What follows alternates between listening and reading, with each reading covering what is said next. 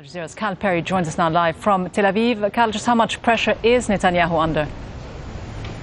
I think that's what we're going to find out in today's Knesset, or the Israeli Parliament session. I think it's a good litmus test, not only for the people here protesting, but also for the Prime Minister, for him to find out how much pressure he's actually under within the Israeli government. It's clear he's under pressure from tens of thousands of people within the population of Israel across the country. We've seen the protests on every Saturday regularly happening. But for the Prime Minister himself, he's going to hear the debates today, finally, within the Knesset. Now, keep in mind, the Knesset was supposed to be on break for the entire summer. They're coming back for an emergency session today. A lot of the people here are wondering if they're going to hear the bigger and broader debate about the economy in Israel. Are they going to hear about the bigger issues at hand here, like the Palestinian-Israeli conflict? Are they going to hear about settlements? These are issues that people here within the tent city don't want to talk about. They want to keep this protest very focused on the economic issues at hand, the rent prices, people's pensions, very specific issues like that. But the question is, once you hand it over to the government, is that going to open up Pandora's box? And so unless he does put forward at this Knesset meeting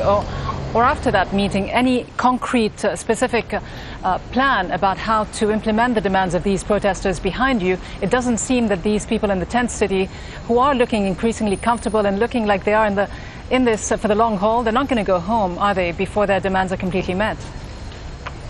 They're already disappointed that the Prime Minister has appointed an emergency committee, and he did this last week, to talk to the protesters. They say they want to speak directly to the government, and some of them are speaking out in today's papers across of Israel in the morning editorials, saying we don't want to speak to some committee that's a middleman. We want to speak directly to the government. The or else, if you like, for the protesters is further marches. We've heard 2 further planned marches, one that they're scheduling for roughly next week, where they say they will march the entire length of the country from Kiryat Shimona in the north all the way to Eilat in the south. That's marching the length of Israel. The other big march that they're threatening is on September the 3rd. They say they can put 1 million people on the streets of Tel Aviv. So I think certainly if nothing concrete is given in today's meeting, if the Knesset is just going through the motions, if you like, then certainly here people are not going to start breaking down this tent city.